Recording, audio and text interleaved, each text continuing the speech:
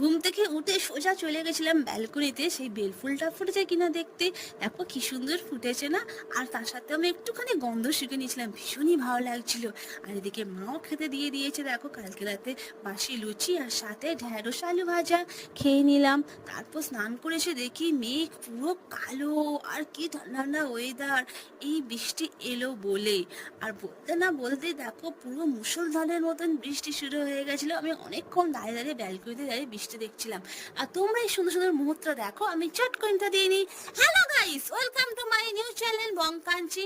আমার এই ভিডিওটা ভালো লাগলে একটা সাবস্ক্রাইব আর লাইক করে দাও প্লিজ।